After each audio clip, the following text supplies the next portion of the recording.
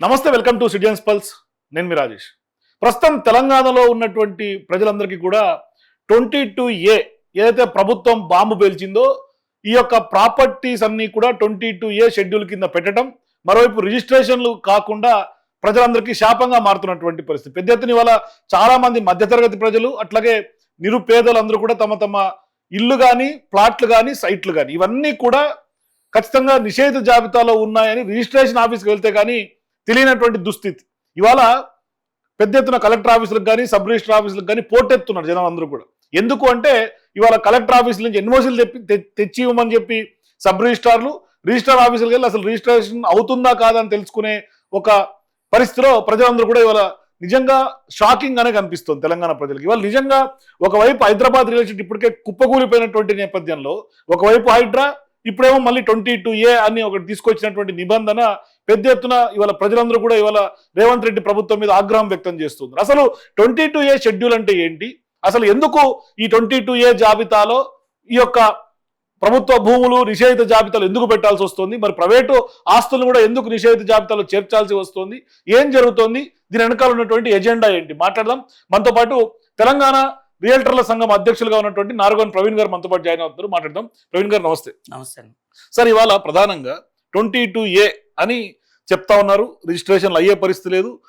తీరా ఏ కొడుకు పెళ్ళో లేదంటే కనుక ఏదన్నా ఇంట్లో హెల్త్కి సంబంధించినటువంటి ఎమర్జెన్సీ అవసరం ఉండి మా సైట్ ఉంది కదా అని నిమ్మలంగా ఉన్నటువంటి వాళ్ళందరూ ఇవాళ రిజిస్ట్రేషన్ ఆఫీస్కి వెళ్తే ఒక్కసారిగా 22Aలో ఉంది, మీరు రిజిస్ట్రేషన్ అయ్యే పరిస్థితి లేదని చెప్పి షాక్ ఇస్తున్నటువంటి పరిస్థితి. ఏంటి అసలు ఈ 22A షెడ్యూల్ ఎందుకు పెట్టాల్సి వస్తుంది, అసలు ఈ షెడ్యూల్ ఏంటి అసలు?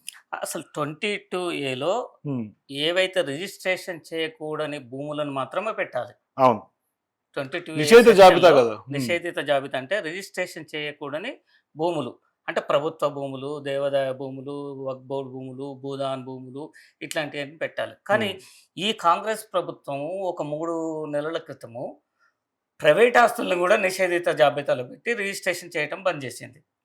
ప్రతి ప్లాట్కు, ప్రతి ఇంటికి ఒక 30-40 సంవత్సరాల క్రితం అన్ని అనుమతులతోటి కట్టుకున్నాయి కూడా ఈ రోజు అమ్మబోతే కలెక్టర్ నుంచి ఎన్ఓసి తీసుకొని రమ్మని చెప్పేసి సబ్ రిజిస్ట్రార్లు చెప్తున్నారు. అసలు మన ప్రాపర్టీ నిషేధిత జాబితాలో ఉందో లేదో తెలుసుకునే పరిస్థితి కూడా, అవకాశం కూడా లేదు. అసలు ప్రైవేట్ ఆస్తిని ప్రభుత్వము నిషేధిత జాబితాలో పెట్టడం అనేది తప్పిదం.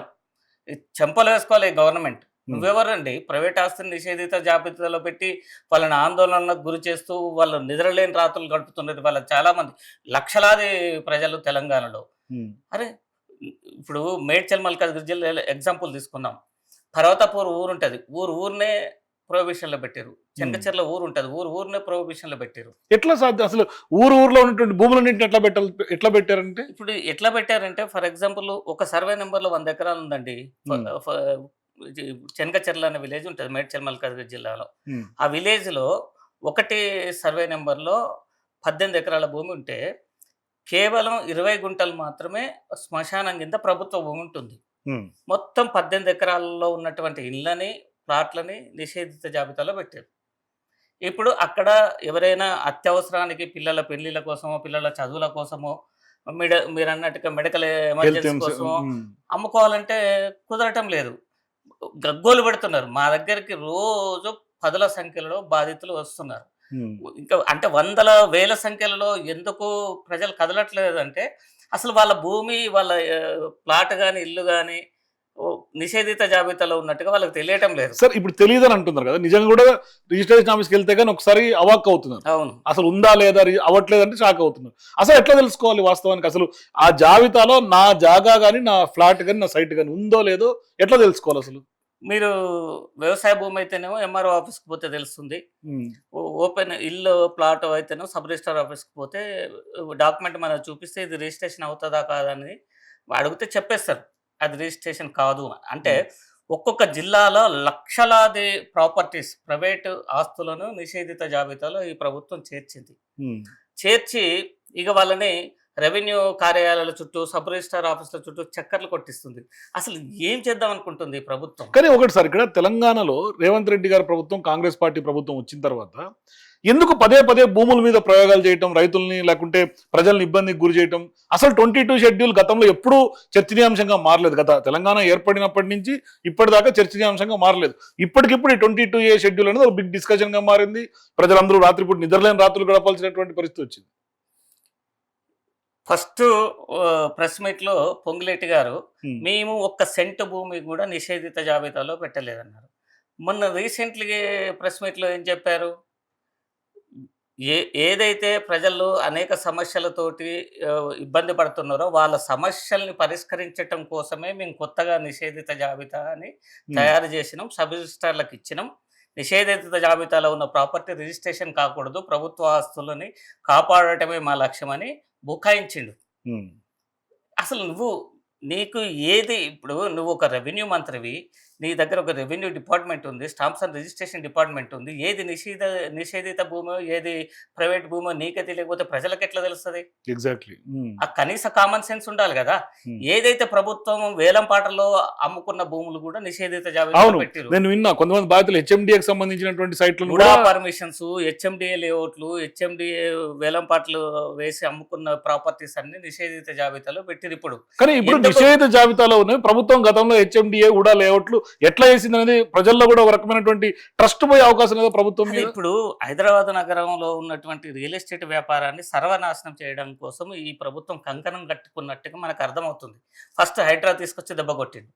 ఆ తర్వాత ఇప్పుడు లేని ప్రైవేట్ ఆస్తులను నిషేధిత జాబితాలో పెట్టి భయభ్రాంతులకు గురి చేస్తున్నాడు ప్రజల్ని. అంటే ఇప్పుడు ప్రజల పరిస్థితి, ఎవరైనా సొంతింటి కళ నెరవేర్చుకోవటం కోసం ప్రతి తెలంగాణలో ఉన్న ప్రజలతో పాటుగా ఇతర రాష్ట్రాల్లో ఉన్న ప్రజలకు హైదరాబాద్ నగరంలో ఒక సొంత ఇల్లు కట్టుకోవాలనే ఆలోచనలు ఉంటారన్నట, ఒక కళ కంటూ ఉంటారు. అట్లాంటి కళ నెరవేర్చుకోవటం కోసం హైదరాబాద్ నగరంలో ప్రాపర్టీస్ కొనుక్కుంటారు చాలా మంది. అపార్ట్మెంట్ల ప్లాట్, ఇండిపెండెంట్ హౌసెస్, ఇల్లు కొనుక్కుంటారు. అయితే ఇప్పుడు ఏమవుతుందంటే, ఇప్పుడు కొనడానికి వణికిపోతున్నారు, భయపడుతున్నారు. వీడు ఏమంటాడో, ఇరిగేషన్ లో ఉన్నదంటాడా, చెరువులో ఉందంటాడా, కాలువ మీద ఉందంటాడా, ప్రభుత్వ భూమిలో ఉందంటాడా, వక్బోర్డ్ భూమిలో ఉన్నదంటాడా, అసలు ఎక్కడ ఏముందో తెలియనటువంటి పరిస్థితి. ఎవరిని ఇవాళ ప్రభుత్వ సంస్థలను నమ్మకుండా ఈ ప్రభుత్వం చేసింది. హెచ్ఎండిఏ వాళ్ళు చేసిన లేఅవుట్ ప్రొహిబిషన్లకు తీసుకొచ్చారు. అంటే హెచ్ఎండిఏ చేసిన లేఅవుట్ని నమ్మడానికి లేదు. ఉడా వాళ్ళు ఇచ్చినవి ప్రొవిషన్లకు తీసుకొచ్చారు, జిహెచ్ఎంసీ వాళ్ళు ఇచ్చినవి ప్రొవిషన్లకు తీసుకొచ్చారు. హెచ్ఎండిఏ ప్లాటింగ్ చేసి అమ్మినాయి, వేలంపాటలో అమ్మినాయి నిషేధిత జాబితాలకు తీసుకొచ్చారు. అంటే వీళ్ళు తీసుకురానిది ఏముంది? అంటే ఏ సంస్థని కూడా నమ్మద్దు. ఇప్పుడు ఎవరిని నమ్మాలి? ఇప్పుడు ముఖ్యమంత్రి సంతకం తీసుకోవాలన్నా, ఇల్లు కొనాలంటే ఇంకోటి సార్, ఇక్కడ అంటే మీరు అన్నట్టుగా కలెక్టర్ నుంచి ఎన్ఓసీలు తెచ్చుకోవాలి. ఇవాళ ఎంతమంది కలెక్టర్ల దగ్గర ఎన్ఓసీలు తెచ్చుకునే పరిస్థితి ఉంటుంది? ఇప్పుడు మన మేడ్చల్ మల్కాజ్గిరి జిల్లాలో అల్వాల్ ప్రాంతంలో ఒక 1000 దరఖాస్తులు పెండింగ్ ఉన్నాయి. ఓన్లీ ఫర్ ఎన్ఓసీస్ 1000 దరఖాస్తులు ఉంటాయి. ఓన్లీ అల్వాల్ సిటీ మొత్తం అల్వాల్లో 1000 దరఖాస్తులు పెండింగ్ ఉంటే కలెక్టర్ టేబుల్ పైకి పోయినాయి 200. 200లో కలెక్టర్ క్లియర్ చేసినాయి 20. మరి మిగతా వాళ్ళ ఎంతకాలం 980 మంది పరిస్థితి ఏంటి? ఇప్పుడు ఉప్పల్ స్వరూప్ నగర్ ఉంది. ఉప్పల్ స్వరూప్ నగర్ లో యుఎల్సీ అంటుండే, అసలు యుఎల్సీ ఎత్తేసింది గవర్నమెంట్. యుఎల్సీ అనేది లేదు. మరి ఇప్పుడు మళ్ళీ యుఎల్సీ చర్చ యుఎల్సీ ఏంది? వాడు 34,000 కొత్తగా. నేను అదే అండి, అంటే ప్రభుత్వం ఏం చేద్దాం అనుకుంటుంది? ఇప్పుడు యుఎల్సీని ఓపెన్ చేసి గజానికి ఇంత మళ్ళీ ప్రజల నుంచి వసూలు చేద్దామని చూస్తుందా? మరి అన్ని అనుమతులు ఉన్నాయి కదా, హెచ్ఎండి అనుమతులు ఉన్నాయి, లేకపోతే మున్సిపల్ అనుమతులు ఉన్నాయి, హౌస్ ట్యాక్స్లు కడుతున్నారు, ఇల్లు కట్టుకొని వాళ్ళు కరెంటు బిల్లులు కడుతున్నారు, నల్ల బిల్లులు కడుతున్నారు. ఇవాళ నువ్వు యుఎల్సీ అని వాళ్ళకు యుఎల్సీ ఉంటే ఇప్పుడు ఎన్ఓసి ఇవ్వడానికి లేదు. గమ్మత్ ఏంటంటే, అది ఉన్నదో లేదో దేవుడికి తెలుసు. రెవెన్యూ డిపార్ట్మెంట్ కి తెలియదు, స్టాంప్స్ అండ్ రిజిస్ట్రేషన్ డిపార్ట్మెంట్ కి తెలియదు, మన ముఖ్యమంత్రికి తెలియదు, మన రెవెన్యూ మంత్రికి తెలియదు అది నిజంగా యుఎల్సీలో ఉందా లేదా అనేది. ఇప్పుడు దాన్ని సర్వే చేయాలి. ఆ సర్వే ఇప్పుడు గతంలో ఇప్పుడు ఇక్కడికి సర్వే అంటే నాకు ఇప్పుడు గుర్తొచ్చింది. మీరేమన్నారు, ఒక ఊరూరునే తీసుకెళ్లి పెట్టేస్తున్నారు మొత్తం 22A కింద 20 గజాలకు సంబంధించినటువంటి ల్యాండ్ గవర్నమెంట్ ల్యాండ్ ఉంది అనుకుందాం. ఇప్పుడు ఫర్ ఎగ్జాంపుల్ అదే సర్వే నెంబర్ లో నా సైట్ కూడా ఉంది. ఇప్పుడు నేను వెళ్తే రిజిస్ట్రేషన్ అవ్వలేదు. ఇప్పుడు నేను మళ్ళీ ఎన్ఓసి తెచ్చుకోవాలంటే మళ్ళీ కలెక్టర్ ఆఫీస్కి వెళ్ళాలి. ఖచ్చితంగా ఖచ్చితంగా కలెక్టర్ మళ్ళీ ఆ ఊరు మొత్తం రీసర్వే చేసిన తర్వాతనే ఎంఆర్ఓలను కూడా నమ్మట్లేరు. ఎంఆర్ఓలు ఇచ్చిన ఎన్ఓసి చెల్లదు, కలెక్టర్ ఇస్తేనే ఎన్ఓసి చెల్లుతుంది. ఇవి దివ్యానగర్ అనే ప్రాంతం ఉంటుంది కాచవన్ సింగారంలో, గట్కేశ్వర మండలం. మొత్తం 300 ఎకరాల లేఅవుట్ అది. అక్కడ కూడా 20 గుంటలే ప్రొహిబిషన్లో ఉంది వాస్తవంగా. అందులో ప్లాటింగ్ కాలేదు, ఇల్లు కాలేదు, ఏం కాలేదు. కానీ మొత్తం 300 ఎకరాలు నిషేధిత జాబితాలో పెట్టారు. 300 ఎకరాలు 20 గుంటల కోసం 300 ఎకరాలు నిషేధిత జాబితాలో పెట్టారు. ఇంకోటి 122 ఎకరాలు నారపల్లి అనే విలేజ్ లో, ఉప్పల్ దగ్గర ఉప్పల్ దగ్గర నారపల్లి అనే విలేజ్ లో వాళ్ళు అప్పుడు గవర్నమెంట్ వెంకటేశ్వర స్వామి టెంపుల్ కు సంబంధించింది, వెంకటాపురం వెంకటేశ్వర స్వామి టెంపుల్ కు సంబంధించిన ల్యాండ్ అసెంబ్లీలో జియో పాస్ చేసి ఆ టెంపుల్ మెయింటెనెన్స్ కోసం ఆ ల్యాండ్ అమ్మిరు. అమ్మిన తర్వాత వాళ్ళ ప్లాటింగ్ అయింది, ఇండ్లు వచ్చినాయి. మొత్తం ఇప్పుడు అది నిషేధిత జాబితాలో పోయింది. మేము కలెక్టర్ గారి దృష్టికి తీసుకుపోయినాం. ఏం సార్ ఇది ఇట్లా సంగతి అంటే, నా చేతిలో ఏం లేదు అని ఆయన మేమిచ్చిన లెటర్ని ఎండోమెంట్ డిపార్ట్మెంట్కి ఫార్వర్డ్ చేసిండు. అంటే ఎండోమెంట్ డిపార్ట్మెంట్ వీళ్ళకి ఎన్ఓసి పంపించాలి, వీళ్ళు స్టాంప్స్ అండ్ రిజిస్ట్రేషన్ డిపార్ట్మెంట్కు వీళ్ళు ఎన్ఓసి పంపించినప్పుడు మాత్రమే అది రిజిస్ట్రేషన్స్ ఓపెన్ అవుతాయి. సార్ ఇవన్నీ ప్రభుత్వంలో జరిగే ప్రక్రియ అవుతుందా? ఇంత మొత్తం చైన్ లింక్ సిస్టమ్ లాగా ఉంటే ప్రభుత్వంలో అసలుగా పనులు కావట్లేదు మొర్రో అని అంటుంటే, ఈ అంటే సమస్య ఇదంతా చూస్తుంటే సార్ దీని వెనకాల ఏమన్నా హిడెన్ ఎజెండా ఏమన్నా కనిపిస్తుంది? ఖచ్చితంగా సెటిల్మెంట్లు, అనుమానం కలుగుతుంది. సెటిల్మెంట్లు బొక్కల కోసమే ఈ తిప్పలు. బొక్కలు ఎవరికి ఏ బొక్క వేయాలో ఆ బొక్క వేస్తున్నారు. ఆ బొక్కల కోసం ఎవరి ప్రాంతంలో వాళ్ళు దోసుకోవాలి. భూముల మీద పడ్డారు, భూముల మీద సెటిల్మెంట్లు. ఇక నీది ప్రొహిబిషన్లోకి వచ్చింది, నీది క్లియర్ టైటిల్ అయినా కూడా ప్రొహిబిషన్లోకి వచ్చింది, నాకు ఇంత ఇస్తే కథం. ఇప్పుడు రైతు ఉంటాడండి, 10 ఎకరాలు వాళ్ళ తాతల ప్రాపర్టీ తండ్రుల ప్రాపర్టీ దున్నుకొని బతుకుతూ ఉంటాడు. ఆయనకు ప్రొహిబిషన్లో ఉన్నట్టుగా తెలియదు ప్రతి రైతుకు కూడా ఆయన ల్యాండ్. కానీ నాదే కదా నేను దున్నుకుంటున్నా అని తెలుస్తుంది. తరాల కొద్ది చేసుకుంటా ఆయన ప్రొహిబిషన్లో ఉన్నదనేది ఎప్పుడు తెలుస్తుంది? సేల్కి పోయినప్పుడు తెలుస్తుంది. 10 ఎకరాలు సేల్కి పోయినప్పుడు వాళ్ళు ఏం చేస్తారు, నేను నిషేధిత జాబితాలో ఉంది బాబు అంటారు. అదే మా తాత నుంచి మా తండ్రికి వచ్చింది, తండ్రి నుంచి నాకు వచ్చింది, నిషేధిత జాబితా ఎట్లయితుంది సార్? మా కష్టార్జితం అన్నాం అనుకో, 10 ఎకరాలు ఉంది కదా బాబు, 3 ఎకరాలు ఇస్తే నీది నిషేధిత జాబితా నుంచి తీసేస్తాం. ఇది సెటిల్మెంట్లు ఇప్పుడు జరిగేది. లేకుంటే నీది సిటీలో అయితే నీకు 3000 గజాలు ఉంది కదా, 1000 గజాలు ఇచ్చేసాయి, 2000 గజాలు నీకుంటే నిషేధిత జాబితాలు తీసేస్తాం. లేకపోతే నువ్వు చెప్పులు అరిగేటట్లు కలెక్టర్ ఆఫీస్లో చుట్టూ తిరిగితే కూడా పని. కలెక్టర్ ఆఫీస్ చుట్టూ తిరిగితే పని కాదంట, కానీ కలెక్టర్ కలిసే పరిస్థితి ఉంటుంది అసలు. అదే ఇప్పుడు కలెక్టర్ కొన్న పని ఒత్తిడి వల్ల సామాన్య మానవుల్ని కలెక్టర్ కలవడు, కలెక్టర్ కలిసిన పని కాదు. సంబంధిత కింది స్థాయి ఉద్యోగులు ఏం చేస్తారు, దరఖాస్తు వస్తే బాబు కరెక్టే నీది, మేము ఇస్తాం ఎన్ఓసి, 50,000 70,000 ₹1,00,000 ప్రాపర్టీ విలువను బట్టి వాళ్ళు పైసలు ఇస్తే తప్ప మన దరఖాస్తు అనేది ముందుకు వెళ్ళదు, కదలదు. అది వీళ్ళు ఎప్పుడు దరఖాస్తు చేసుకోవాలి, ఎప్పుడు ఎన్ఓసి రావాలి, ఎప్పుడు రిజిస్ట్రేషన్. కానీ ఇవాళ సార్ మొత్తం ప్రభుత్వ భూములను కాపాడుతున్నాం మొదటి నుంచి చెప్తున్నటువంటి రేవంత్ రెడ్డి గారు, ఇవాళ ప్రభుత్వ భూములను కాపాడుతున్నా, ప్రభుత్వ భూముల్ని ఇవాళ అమ్ముకునేందుకు కార్యాచరణగా ఇదంతా ప్రీ ప్లాన్ స్కెచ్ కనిపిస్తుంది. ప్రభుత్వ భూముల్ని కాపాడాలంటే ఏం చేయాలి? ఫస్ట్ ప్రహరీ గోడ నిర్మించు ప్రభుత్వ భూములకు. భవిష్యత్తులో కూడా అన్యాక్రాంతం కావు కదా. అసలు ప్రభుత్వ భూములను అన్యాక్రాంతం చేసేదే రాజకీయ నాయకులు, రెవెన్యూ ఉద్యోగులు. పేద మధ్య తరగతి ప్రజలు ఎట్లా కబ్జాలు చేస్తారండి? దొంగలు వీళ్ళు, రాజకీయ నాయకులే దొంగలు, రెవెన్యూ డిపార్ట్మెంట్ వాళ్ళు దొంగలు. రెవెన్యూ డిపార్ట్మెంట్ వాళ్ళు రాజకీయ నాయకులు చెప్పగానే దస్తావేజులు మారుస్తారు, ప్రభుత్వ భూమిని ప్రైవేట్ భూమి చేస్తారు, ప్రైవేట్ భూమిని ప్రభుత్వ భూమి చేస్తారు. కథం ప్రజల మీద పడతారు, గద్దల్లాగా వాళ్తున్నారు. ఇప్పుడు తెలంగాణలో కొన్ని గద్దలు ప్రైవేట్ ఆస్తుల మీద వాళ్ళని, అవి రెవెన్యూ గద్దలే కావచ్చు, రాజకీయ గద్దలే కావచ్చు, బొక్కల కోసం ఆశపడుతున్నాయి. ఇదే ఇప్పుడు తెలంగాణలో జరుగుతున్నటువంటి. ఒకసారి మీరు 22A కింద మీరు అన్నట్టుగా ఉప్పలు, నారపల్లి, ఈ కొన్ని ప్రాంతాలు చెప్పారు కదా, మీ పరిధిలో ఉన్నటువంటి ప్రాంతాలు. ఒకసారి ఆ యొక్క జిల్లాకు సంబంధించి ఏం జరుగుతుంది 22లో ఒకసారి ఎక్స్ప్లెయిన్ చేసే ప్రయత్నం చేస్తారా? ఏం జరుగుతుంది ఇప్పుడు? ఏమీ జరగటం లేదు, పని అనేది ఏం జరగటం లేదు. మొత్తం ప్రజలు నిద్ర లేకుండా రాత్రులు గడుపుతున్నారు. ఏంటి మా భూమి నిషేధిత జాబితాలో ఉందా, మా భవిష్యత్ ఏంది, మా పిల్లల భవిష్యత్ ఏంటి, అసలు మేమేం కావాలి, నా ఒక ఆయన ఇవాళ వచ్చిండు, ఆయన బిడ్డ పెళ్లికి ఇల్లు అమ్ముకున్నాడు, 133 గజాలు ఇల్లు అమ్ముకున్నాడు. ఇప్పుడు 3 నెలల నుంచి అది రిజిస్ట్రేషన్ కావట్లేదు. అడ్వాన్స్ ఒక 25 లక్షలు ఇచ్చారు. మిగతా ఇవ్వాలంటే రిజిస్ట్రేషన్ కావాలి. ఇప్పుడు ఈయన ఇప్పుడు ఆ 25 పెళ్లి లక్షలు ఆగిపోయింది. వెనుకకి ఇచ్చే పరిస్థితి లేదు, ఈయన రిజిస్ట్రేషన్ అయ్యే ఈయన పరిస్థితి లేదు. బంగారం కొనుకొచ్చుకున్నాడు. ఉమ్, ఏదో తక్కువ రేటు ఉంది ప్రస్తుతం బిడ్డకు పెట్టడానికి బంగారం కొనుకొచ్చుకున్నాడు ఆ డబ్బులు పెట్టి. ఉమ్. అది అక్కడ ఇరుక్కుంటది, ఆ, ఇదేమో రిజిస్ట్రేషన్ ఇది కాదు, రిజిస్ట్రేషన్ పెళ్లి కాదు. చేసే పరిస్థితి లేదు. ఈయన ఏం చేస్తుండు, సబ్ రిజిస్టర్ ఆఫీస్కి పోయి కాళ్ళ వెళ్ళబడుతుండు, కలెక్టర్ ఆఫీస్కి పోయి కనబడ్డ ఉద్యోగి కాళ్ళ మీద పడుతుండు. సార్ నాకు ఇవ్వండి సార్, ఎన్ఓసి ఇవ్వండి సార్ అంటే ఉమ్. ఎవరు అసలు దాని గురించి పట్టించుకునే వాళ్ళు లేడు. ఈ డాక్యుమెంట్లు ఒకసారి చూద్దాం సార్. ఇది చూడండి, ఉమ్, తహసీల్దారు సబ్ రిజిస్టార్ రాశారు. Um. From tahsildar to sub registrar, sub registrar ఇది నారపల్లి. ఉమ్, ఈయన ఏమిచ్చిండు, సర్వే నెంబర్ 27 పర్వతపూర్ మేడిపల్లి, ఉమ్. Registration purpose. పర్పస్ ఇచ్చిండు. కానీ ఇది చెల్లదని చెప్పారు. తహసీల్దార్ ఇచ్చినవి కూడా చెల్లవని చెప్తున్నారు. చెల్లదని చెప్తున్నారు. ఉమ్.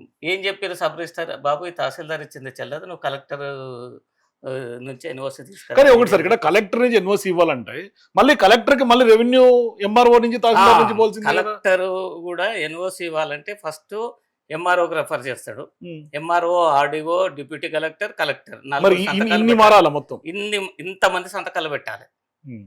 అసలు మీకు రెవెన్యూ డిపార్ట్మెంట్ అనేది ఎట్లా అంటే ఆ గబ్బిలం పట్టినట్టుగా చెట్టు గబ్బిలాలు వేలాడతాయి కదా, ఉమ్. ఆ గబ్బిలాలు వేలాడినట్టుగా భూములకు చుట్టూ వేలాడి ప్రైవేట్ ఆస్తులను నిషేధిత జాబితాలో పెట్టి ఉమ్. కలెక్షన్ కి తెగబడ్డారు.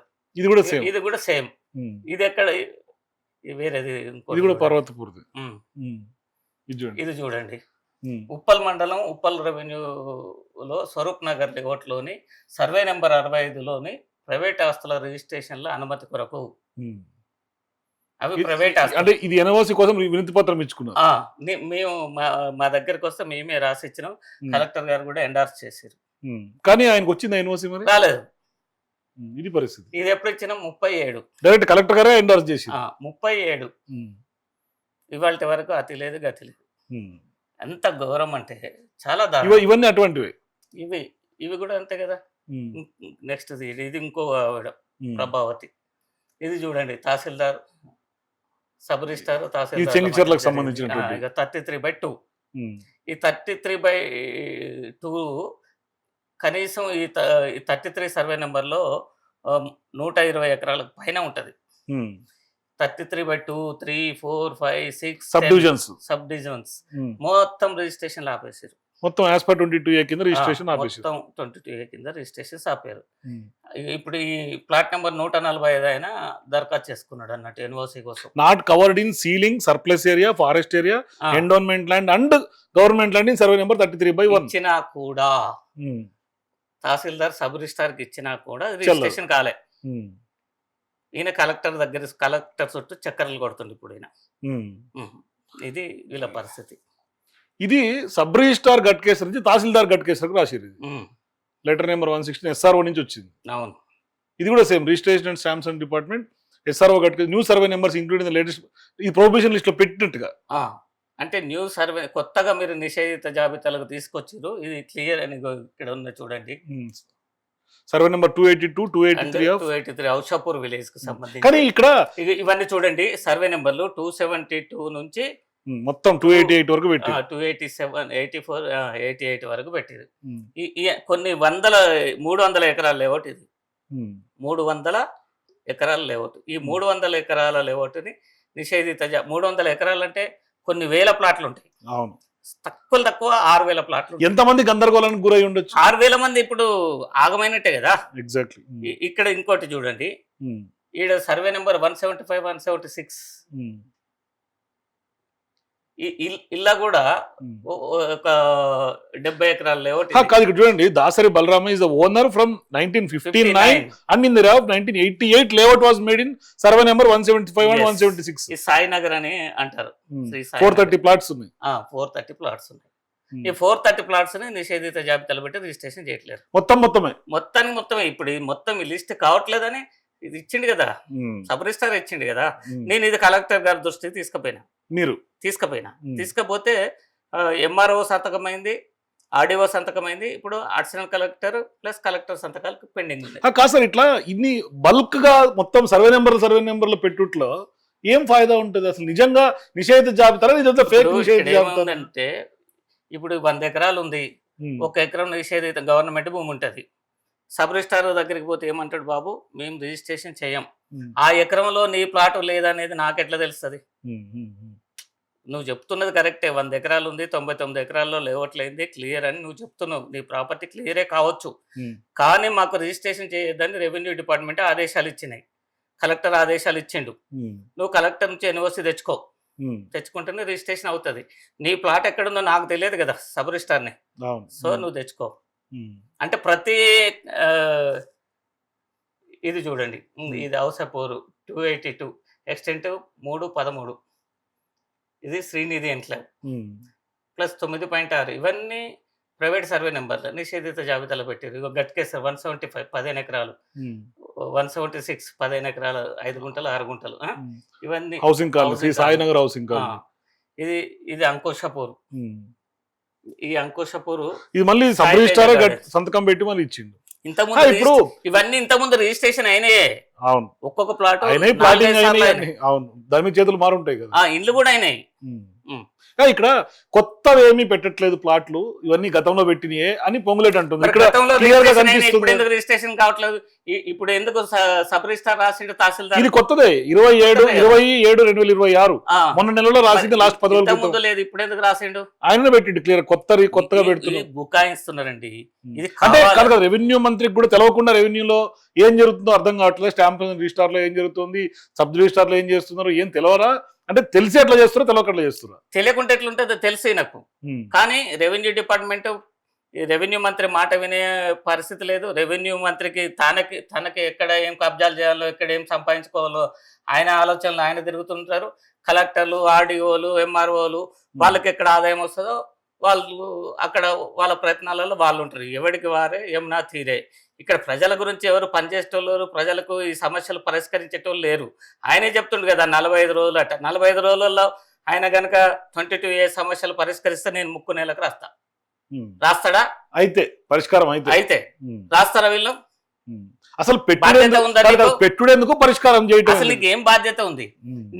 నీకు చిత్తశుద్ధి ఉంటే వన్స్ ఒక్కసారి లింక్ డాక్యుమెంట్ ఉన్న ప్రతి ప్రాపర్టీని రిజిస్ట్రేషన్ చేయమని ఆదేశించు, 24 గంటలలో సమస్య పరిష్కారం అవుతుంది.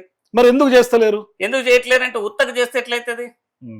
ఇప్పుడు సమస్యని క్రియేట్ చేసేది వాళ్ళే, సమస్యని పరిష్కరించడానికి కార్యాలయాల చుట్టూ తిప్పుకునేది వాళ్ళే. ఇప్పుడు ఇది ప్రజాపాలనలో ప్రజలకు సమస్యలు సృష్టించాలి, ప్రభుత్వం దగ్గరికి ప్రజలను తెప్పించుకోవాలి, ఇన్ని పైసలు సంపాదించుకోవాలి, అప్పుడు వాళ్ళకి. కానీ కాదు సార్, సహజంగా ఏ గవర్నమెంట్ అయినా రెవెన్యూ గురించి ఆలోచించి, ఇవాళ స్టేట్ సర్ప్లస్ లేదు, మొత్తం డెప్ట్ లో ఉంది. ఇవాళ రెవెన్యూ లాస్ట్ మంత్ అత్యధికంగా అప్పులు చేసిన పరిస్థితి. ఇప్పుడేంటి, రెవెన్యూ జనరేషన్ ఎట్లా చేయాలంటే భూములు అమ్ముకుంటే కాదు అని హైకోర్టులు కూడా చెప్తున్నాయి. ఇవాళ ఏం చేయాలి, రెవెన్యూ ఆదాయం పెంచుకోవాలి.